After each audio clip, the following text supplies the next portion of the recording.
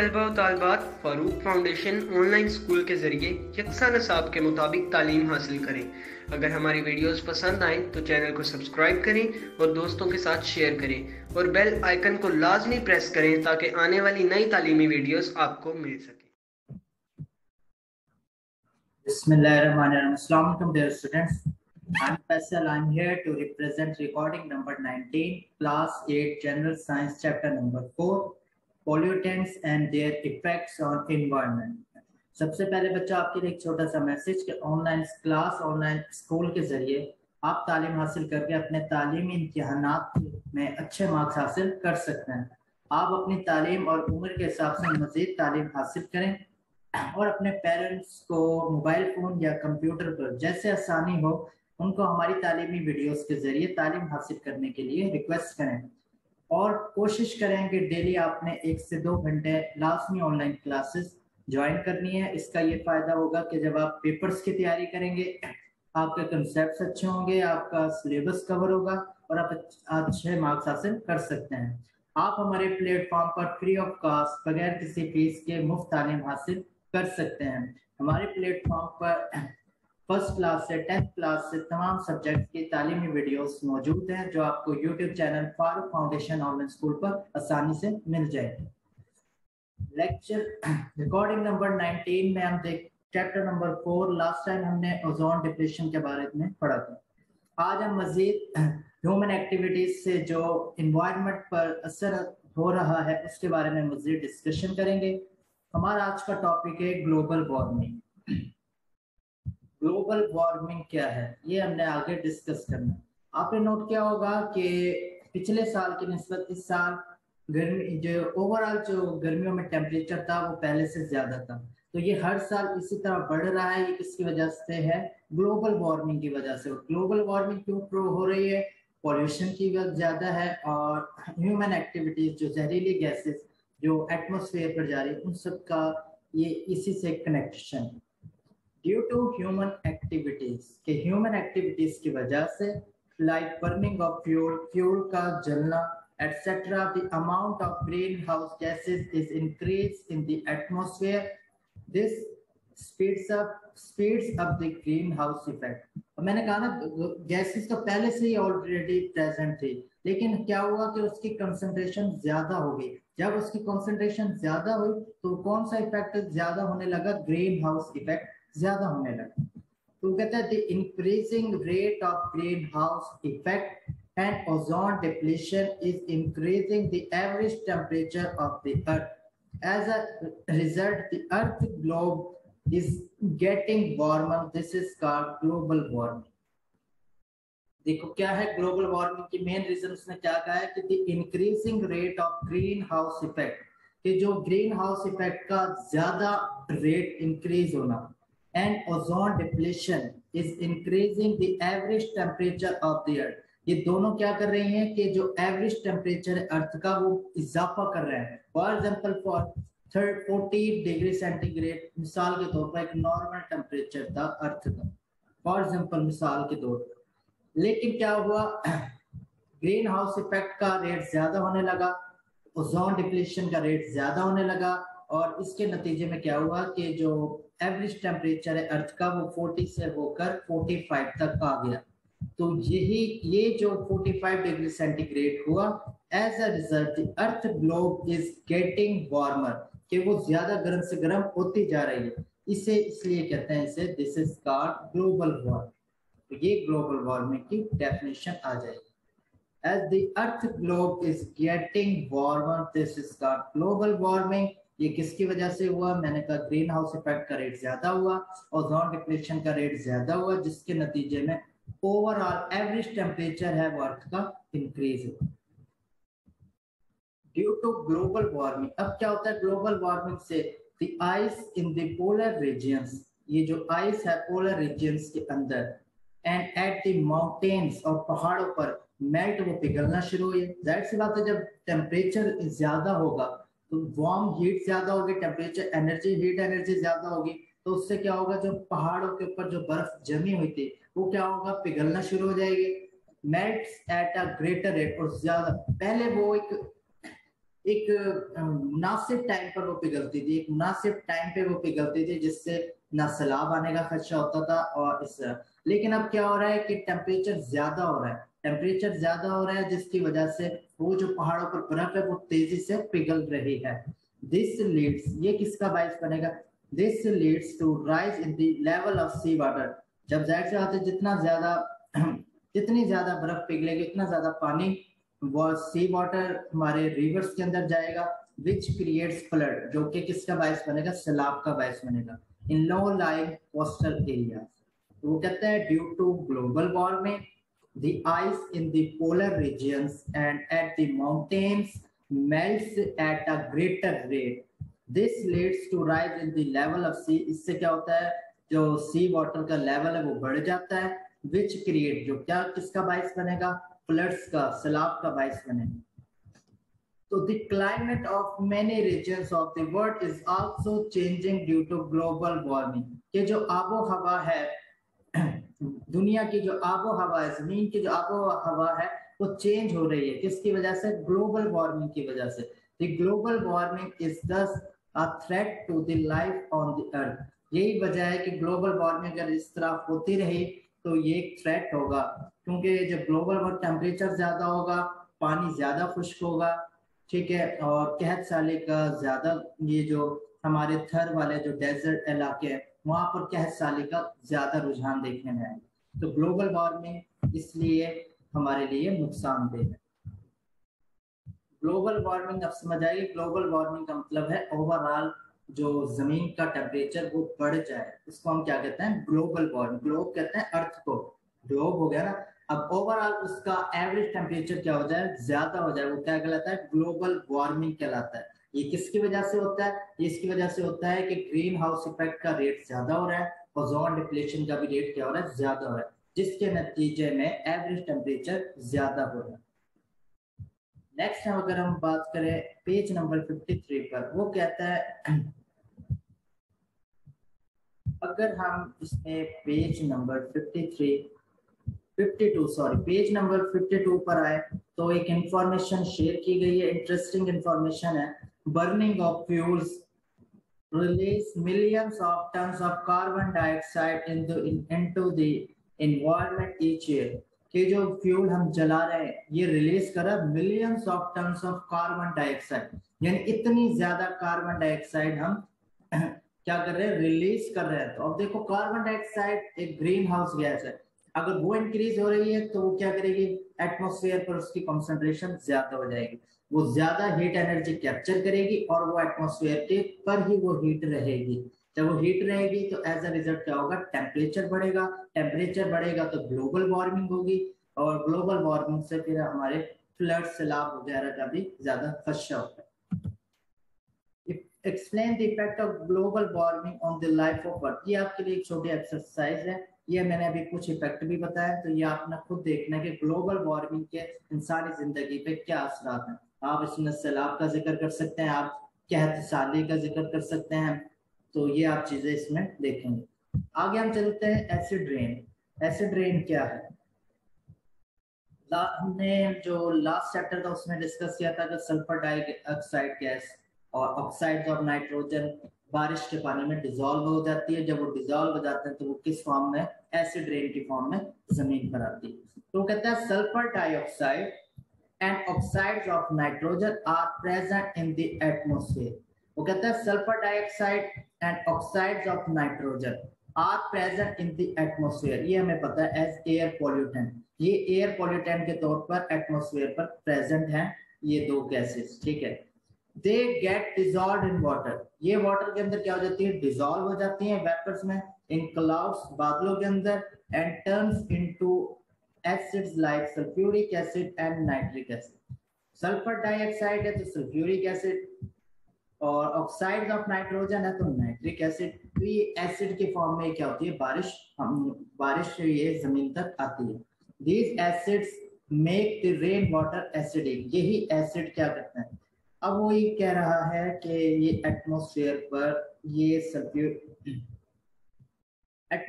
पर sulphur dioxide भी मौजूद है, ठीक हो गया बच्चों, ये ऑक्साइड ऑफ नाइट्रोजन भी मौजूद है। अब ये कहता है बादलों के अंदर ये क्या होता है, ये वाटर वेपर्स के साथ ये क्या हो जाता है, मिक्स हो जाती है गैसेस, डिजोल्व हो जाती हैं।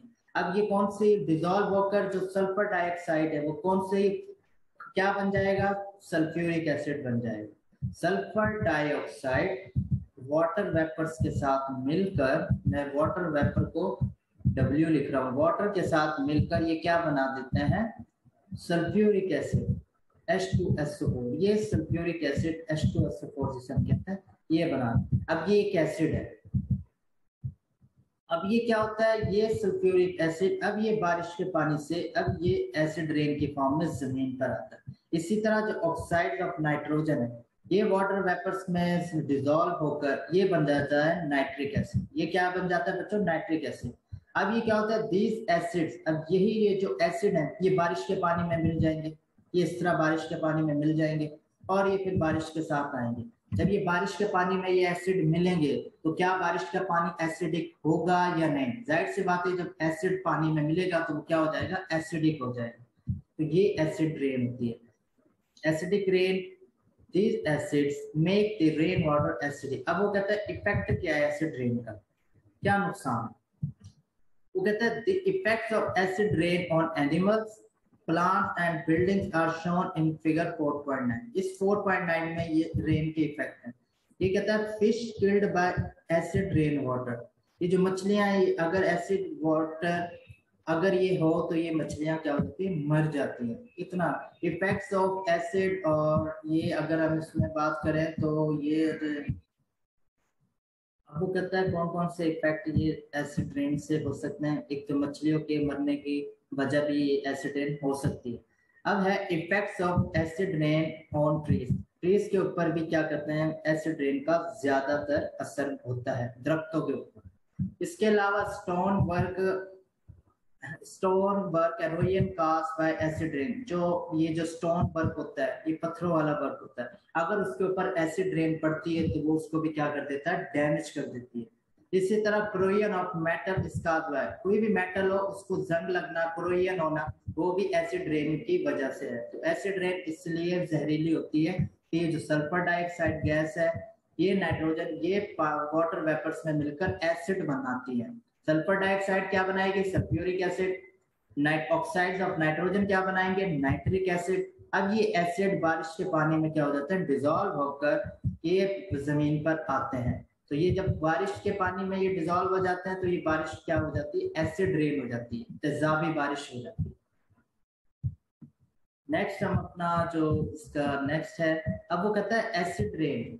एसिड रेन वो कहता है kills the aquatic life in reverse, कि जो रिवर्स हो और झील हो या पॉन्ड्स हो, तालाब हो, उसके अंदर एसिड रेन क्या कर देती है, ये आपी जो लाइफ है ये जैसे मछली वगैरह ये इनको क्या कर देती है, मार देती है। इट डिस्ट्रॉयज, ये डिस्ट्रॉय तबाह कर देती है। द लीव्स, पत्तों एंड बार्क्स ऑफ ट्रीज, ये जो ट्री की बार्क्स होती है उसको भी क्या कर देती है, डैमेज कर देती है। इट करोड्स द मेटल, ये उसको जंग लगाती है, करोड्स करती है, कोरोजन का वाइस। And the stones used in building, ये तो इसके कुछ साइड इफेक्ट हैं। The acid rain water flowing into field, field के अंदर मेक सॉइल एसिडिक। अब वही एसिड बारिश का पानी अगर फसलों में या मिट्टी में अगर चला जाए तो वो उस सॉइल को क्या बना देता है, तेजाबी सॉइल बना देता है। सॉइल है ना न्यूट्रल, उसका वो क्या बना देता है, सॉइल एसिडिक। अब उसके अंदर एसिड शामिल है, उस मिट्टी के अंदर एसिड शामिल हो चुका है। The crops do not grow well, जब वो सॉइल तेजाब उसके अंदर तेजाब शामिल हो चुका है तो वो जो क्रॉप्स है, जो फसलें हैं, वो अच्छी तरह क्या कहती है, ग्रो नहीं कर सकती in acidic soil. Microorganism present in soil are also affected, कुछ छोटे छोटे माइक्रो ऑर्गेनिज्म होते हैं जो मिट्टी के अंदर होते हैं, जो पौधों के लिए जरूरी होते हैं, ठीक है। अब वो क्या होता है, एसिड रेन के जरिए वो क्या मर जाते हैं या फंक्शन करना छोड़ देते हैं। तो एसिड रेन के ये साइड इफेक्ट थे। आगे हम पढ़ते हैं डिफॉरेस्टेशन। डीप फॉरेस्टेशन कहते हैं जंगलात, फॉरेस्ट कहते हैं जंगलात, फॉरेस्टेशन जंगलात का लगाना। डिफॉरेस्टेशन कहते हैं जंगलात का कटाव, यानी जंगलात हम काट रहे हैं किसके लिए, लकड़ी हासिल करने के लिए, किसी और पर्पस के लिए, कॉलोनीज बनाने के लिए और बड़े बड़े सेंटर बनाने के लिए हम क्या कर रहे हैं, उन जंगलात का खात्मा कर रहे हैं, उन जंगलात को काट रहे हैं, उन दरख्तों को क्या कर रहे हैं, काट रहे हैं। तो फॉरेस्ट, जंगलात आर आवर ग्रेट वेल्थ, हमारा असासा है, हमारा कीमती असासा है। They bring favourable changes in climate of an area. Global warming की एक और मेन वजह भी यही है, डिफॉरेस्टेशन, कि जो हमने दरख्त होते हैं ना, ये टेम्परेचर को मेंटेन रखते हैं एटमॉस्फेयर का, ये ऑक्सीजन प्रोवाइड करते हैं हमें। तो जब इनकी तादाद हम कम करते जाएंगे तो फिर ये क्या होगा कि पूरे इन्वायरमेंट में बैड इफेक्ट होगा। They bring favourable changes in climate of an area. They stop storms, ये तूफान रोकते हैं, एंड ब्रिंग रेन, और बारिश का क्या करते हैं, बाइस बनते हैं। तो ये जंगलात के बारे में बताया। They are source of many useful material, हम क्या करते हैं इससे, ये टिम्बर, हम इससे टिम्बर हासिल, लकड़ी, ठीक है, फायरवुड इससे हासिल कर सकते हैं, रेजिन्स हो गया, गम्स हो गए, एंड मेडिसिन। तो भी कहता है ये इतने जरूरी है कि हम इससे टिम्बर, फायरवुड, रेजिन्स और गम्स एंड मेडिसिन हासिल करते हैं, एटसेट्रा। दे प्रिवेंट सॉइल इरोजन, ये सॉइल इरोजन को से क्या करते हैं, यानी जमीन, सॉइल इरोजन होती है कि आपने देखा होगा कि अक्सर जो जमीन होती है वहां से, या फिर वो पानी की, जो बारिश का पानी होता है उसके साथ क्या चली जाती है, मट्टी बहती हुई चली जाती है। तो ये जो जंगलात होते हैं या दरख्त होते हैं, उस मट्टी को क्या करते हैं, जकड़ के रखते हैं, तो वो फिर ऐसे के ऐसे नहीं, तो ये सॉइल इरोजन होती है। तो ये दे प्रिवेंट सॉइल इरोजन, ये सॉइल इरोजन से प्रिवेंट करते हैं। दे प्रोवाइड हैबिटेट, ये हैबिटेट प्रोवाइड करते हैं किसको, to a wide variety of wild. आपने देखा होगा जंगलात में लातादाद बेशुमार क्या कहते हैं, जानदार रहते हैं, तो ये उसका क्या है, हैबिटेट है। इसके अलावा अनफॉर्चुनेटली, बदकिस्मती से, the forest are cut to meet the demand for the timber and to obtain land for housing and agriculture. वो कहता है बदकिस्मती से जंगलात का कटाव किया जा रहा है, किसके लिए, ज़राअत की जमीन के लिए, लकड़ी हासिल करने के लिए, या घर वगैरह बनाने के लिए। उनका क्या कर रहे हैं, उनका कटाव का, उन जंगलात को हम क्या कर रहे हैं, खत्म करते आ रहे हैं। एज अ रिजल्ट उसका नतीजा क्या होगा, इकोसिस्टम इज डिस्ट्रॉयड। तो इकोसिस्टम क्या हो जाता है, डिस्ट्रॉय हो जाता है। जो इसके अंदर जितने भी लिविंग थिंग्स है, जानदार हैं, जो इस जंगलात में रहते हैं, वो क्या हो जाएंगे, मर जाएंगे, उनका क्या हो जाएगा, वो खत्म हो जाएगी उनकी लाइफ। तो एक इकोसिस्टम क्या हो जाएगा, इम्बैलेंस हो जाएगा। Destruction of forest as a result of human activities called deforestation, ये deforestation की definition। Deforestation of forest as a result of human activities, कि इंसानी सरगर्मियों की वजह से जंगलात का कटाव या जंगलात में कमी क्या कहलाती है, डिफॉरेस्टेशन। तो अभी ये जो गवर्नमेंट में इनिशिएटिव लिया है कि दरख्त लगाएंगे, ये इसलिए है कि ये जरूरी है, ये हमारे इकोसिस्टम को बैलेंस रखते हैं। ये अभी हमने इसमें इतने फवायद देखे कि ये स्टॉर्म को स्टॉप करते हैं, बारिश का बाइस बनते हैं, हमें ऑक्सीजन प्रोवाइड करते हैं, सबसे बड़ी बात। तो इस तरह इनका जो कटाव है उनका, उनको रोकने की जरूरत है। अब वो कहता है इफेक्ट क्या है डिफॉरेस्टेशन के ऑन द इन्वायरमेंट, इन्वायरमेंट पर इफेक्ट क्या है डिफॉरेस्टेशन के। अब हम इनके इफेक्ट असरात देखते हैं कि किस तरह है। Deforestation has many adverse effect, शदीद किस्म के या संगीन इफेक्ट है ऑन द इन्वायरमेंट, माहौल पर। इट चेंजेस, ये अब वेदर है जो उसको मौसम को चेंज करता है, एंड क्लाइमेट। अब जब दरख्त नहीं होंगे तो जाहिर सी बात है जो टेम्परेचर होगा उस इलाके का वो क्या हो जाएगा, ज्यादा हो जाएगा। इसलिए आपने जो शहरों के अंदर टेम्परेचर ज्यादा होने की वजह भी यही है कि वहां पर दरख्त नहीं है जो उसको टेम्परेचर को मेंटेन रख सकें। Roots of trees hold the soil, ये मैंने अभी पिछले में पढ़ा था कि ये जो जड़ें होती हैं दरख्तों की, ये होल्ड करती हैं सॉइल को। कटिंग ऑफ ट्रीज, जब आप दरख्त ही काट देंगे, लीड्स टू सॉइल इरोजन, तो किसका बाइस बनेगा, सॉइल इरोजन। क्या मतलब, and fertile part of this soil is lost. अब वो कहता है कि सॉइल है, जो दरख्तों की जड़ें वो इसको क्या करती हैं, जकड़ के रखती हैं। जब आप दरख्त ही काट देंगे तो वो सॉइल आपको कौन, सॉइल को कौन उसको मेंटेन रखेगा, पकड़ के रखेगा। तो वो एज अ रिजल्ट क्या होगा कि जब बारिश होगी या कोई फ्लड आएगा तो वो जो मट्टी है वहां की वो सारी बहकर पानी में चली जाएगी, जिसकी वजह से नुकसान होगा इसका। तो व्हेन फॉरेस्ट आर कट, जब जंगलात हम कट करते हैं, rate of evaporation is reduced which result in less rain. हमें पता है ना ये एवोपरेशन का जो प्रोसेस हो रहा है वो भी जंगलात के दरख्तों की वजह से। जब हम उसके दरख्त काट देंगे तो क्या होगा, उसका एवोपरेशन का रेट कम होगा। जब एवोपरेशन का रेट कम होगा, पानी कम बुखारात बनकर बादलों में जाएगा। जब पानी कम जाएगा तो बारिश भी क्या होगी, कम होगी। Deforestation decrease the carbon dioxide consumption. ये जो डिफॉरेस्टेशन है डिक्रीज करती है कार्बन डाइऑक्साइड की कंजप्शन को। जब हम जंगलात ही काट देंगे, हमें ये पता है कि जो पौधे होते हैं, ये दरख्त हैं, क्या करते हैं, कार्बन डाइऑक्साइड लेते हैं और हमें क्या प्रोवाइड करते हैं, ऑक्सीजन। जब अब ये दरख्त नहीं होंगे तो क्या होगा, कार्बन डाइऑक्साइड का जो कंजप्शन होगी वो क्या होगी, कम नहीं होगी। अब कार्बन डाइऑक्साइड ये दरख्त लेंगे नहीं और वो किस में जाएंगी, एटमोस्फेयर पर जाएगी। तो अब आगे नेक्स्ट चलते हैं, by increasing its amount this leads to increase green house. तो ये जाहिर सी बात है, कार्बन डाइऑक्साइड की गैस कहाँ जाएगी, वो एटमोस्फेयर पे जाएगी। एटमोस्फेयर पे जाएगी तो वो ग्रीन हाउस गैसेस का बाइस बनेगी। ग्रीन हाउस है तो उससे टेम्परेचर ज्यादा होगा, ग्लोबल वार्मिंग होगी और इसके नतीजे। अब है कि and effects of deforestation on wild life. ये जो वाइल्ड लाइफ है, जानवर, ठीक है, इनके ऊपर डिफॉरेस्टेशन का क्या असर है। all non-cultivated plants and non-domesticated animals of an area are collectively called wildlife। wildlife की definition है कि all non-cultivated plants and non domesticated animals, जिसको हम जैसे एनिमल्स जो हम डोमेस्टिक के तौर पर इस्तेमाल उनको रख नहीं सकते, पाल नहीं सकते, वो कहलाते हैं नॉन डोमेस्टिकेटेड एनिमल। जैसे लाइन वगैरह हो गए, टाइगर वगैरह, ठीक है, ये कहलाता है वाइल्ड एनिमल्स।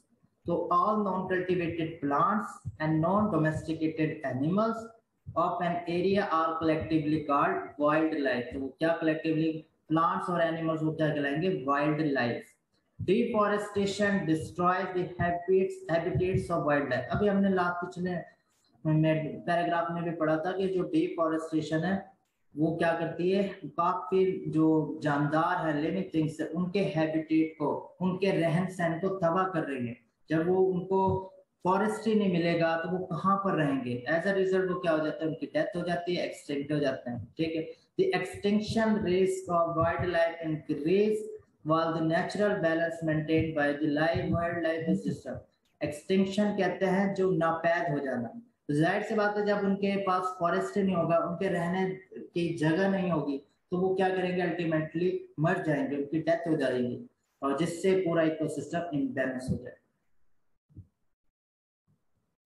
इंफॉर्मेशन एक है कि अकॉर्डिंग टू द एक्सपर्ट्स के मुताबिक at least 25% of the total area of the country must be covered by the forest। ये क्या होता है, कवर होता है फॉरेस्ट से। But in Pakistan only 5% of its total area is covered।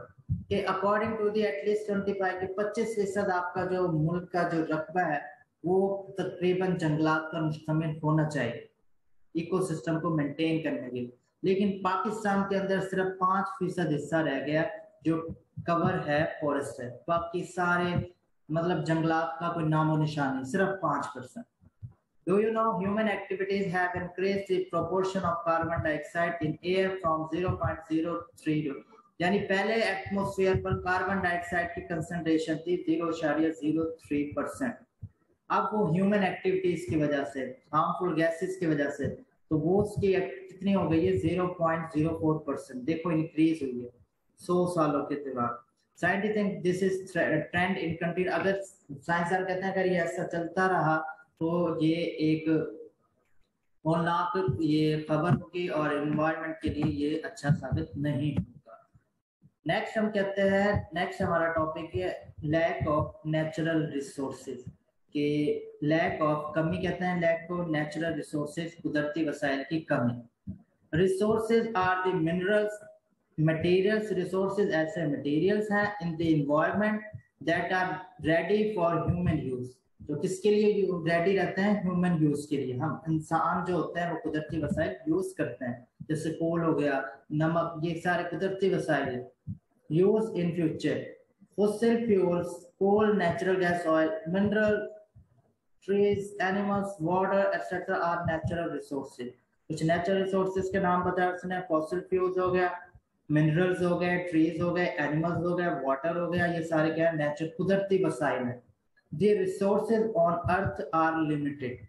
अब ये जो वसाइल है ये जमीन पर है लिमिटेड। ऐसा नहीं है कि आप जितना मर्जी इस्तेमाल करें तो पानी कम नहीं होगा, जितना मर्जी इस्तेमाल करें कोयला कम नहीं होगा, ये एक लिमिटेड है। Many of them minerals and fossil fuels are non renewable। कि इनके अंदर जो मिनरल्स हैं नॉन रिन्यूएबल है, मतलब वो दोबारा प्रोड्यूस नहीं हो सकते। मिनरल्स हो गए और फॉसिल फ्यूल्स, ये जो पेट्रोल हो गया, ये कोयला वगैरह, ये फॉसिल फ्यूल्स है जितने भी, कोल, नेचुरल गैस, इसको हम दोबारा प्रोड्यूस नहीं कर सकते। ये ये अगर एक बार इस्तेमाल हो गए तो हम ये दोबारा ये इसको जमीन से हम हासिल नहीं कर सकते। तो वो कहता है आर रिसोर्स। तो इसलिए जितना भी जमीन के अंदर कुदरती वसाइल मौजूद हैं, खासतौर पे ये नॉन रिन्यूएबल जो दोबारा नहीं हो सकते, तो हम उसका एक खास तरीके से इस्तेमाल करें ताकि वो लाइफ टाइम तक बचे रहे। Are resource that does not regenerate, कि ऐसा रिसोर्स जो डज नॉट रीजनरेट, जो रीजनरेट क्विकली, जो जल्दी से रीजनरेट ना हो। कोयला वो जल्दी से हम प्रोड्यूस नहीं कर सकते, कुदरती वसाइल। पेट्रोल है उसको सदियां लगते हैं, कई सालों बाद वो जो जो हमें क्या बनता है, पेट्रोल बनता है और वो हम जमीन से निकालते हैं। तो कहते हैं are resource that does not regenerate, ऐसा रिसोर्स जो जल्दी रीजनरेट ना हो सके quickly, is called non renewable resource. तो ये एक डेफिनेशन है, ये आपने याद करनी है कि ऐसा रिसोर्स, ऐसा वसाइल that does not regenerate quickly, जो जल्दी से रीजनरेट ना हो, जो दोबारा पैदा ना हो सके जल्दी से, is called non renewable resource, जिसको हम कहते हैं non renewable resource. Page number 55 पर आते हैं। वो कहता है the limited and non-renewable resources fossil fuels are used to produce energy for running industry। वो कहता है जो जल्दी से प्रोड्यूस ना हो सके वो है नॉन रिन्यूएबल रिसोर्स, हम उसी का इस्तेमाल कर रहे हैं इंडस्ट्री में और ज्यादा इस्तेमाल कर रहे हैं, ट्रांसपोर्ट में कर रहे हैं, हाउस होल्ड अप्लायंसेस में कर रहे हैं। दे विल गेट डिप्लीटेड, तो जितना ज्यादा आप यूज करोगे वो उतना ज्यादा उनमें कमी आती जाएगी। And hence alternate sources of energy need to be developed, हमें चाहिए कि इसके जो अल्टरनेटिव है, जो उनके मुतबादिल हम वो यूज करें। अगर हम ज्यादा कोयला यूज करते रहेंगे, पेट्रोल, तो क्या होगा उसके नतीजे में? उनकी जो क्वांटिटी है वो कम हो जाएगी, हमारी जो नेक्स्ट जनरेशन है उनके पास वो हासिल नहीं कर सकती। तो हम क्या कर रहे हैं, कोशिश कर रहे हैं कि उनके मुतबादिल कि कोल की जगह कुछ और चीज हो जिससे हम कार चला सकें, इस तरह की कोई ऐसी चीज हो ताकि वो जो हमारे नॉन रिन्यूएबल रिसोर्स है जो जल्दी से रीजनरेट नहीं हो सकते वो सेफ रहे। A lot of energy which could do useful work is wasted by men। For example, household appliances are left running। हम घरों में क्या करते हैं कि household appliances हम ऐसे ही छोड़ देते हैं, even when no one is using them। For example, अगर आप बिजली की बात करें तो अगर कमरे में कोई नहीं भी होगा तो हम वो पंखा ऐसे ओपन करके चले जाते हैं। तो कहते हैं ये हम क्यों कर रहे हैं, इससे क्या हो रहा है, जाया हो रहा है। हमारा जो फॉसिल फ्यूल है, जो कोयले से बिजली बन रही है, तो वो क्या हो रहा है, जाया हो रहा है। Similarly instead of using public transport, हम पब्लिक ट्रांसपोर्ट के बजाय हम अपनी पर्सनल कार यूज कर रहे हैं। हर किसी की अपनी अपनी कार है, तो हर किसी की कार है तो वो उतना ही उसके पेट्रोल चाहिए, उससे फॉसिल फ्यूल, तो उतना ज्यादा इस्तेमाल हो रहा है। The unwise use of non-renewable resource of energy may result into non-recoverable loss। To avoid such loss, the resources must be conserved। वो कहते हैं रिसोर्सेज को अब इस्तेमाल फ्यूचर में इस्तेमाल करने के लिए इनका बचाव करना जरूरी है। We must also search for alternate sources। हम उसके मुतबादिल भी सर्च कर रहे हैं। And do you know, एक और इंफॉर्मेशन है, formation of fossil fuel is very slow process. मैंने कहा ना फॉसिल फ्यूल है वो इतनी जल्दी नहीं बनता, slow process. It takes millions of year, यानी कितने से सैकड़ों साल लगते हैं उसके फॉसिल फ्यूल में, पेट्रोल बनने में, कोल बनने में। तो उसका हम अगर वाइज इस्तेमाल नहीं करेंगे तो आगे हमारे लिए प्रॉब्लम। ये हमारा आज का लेक्चर था, नेक्स्ट मिलते हैं। इंशाल्लाह।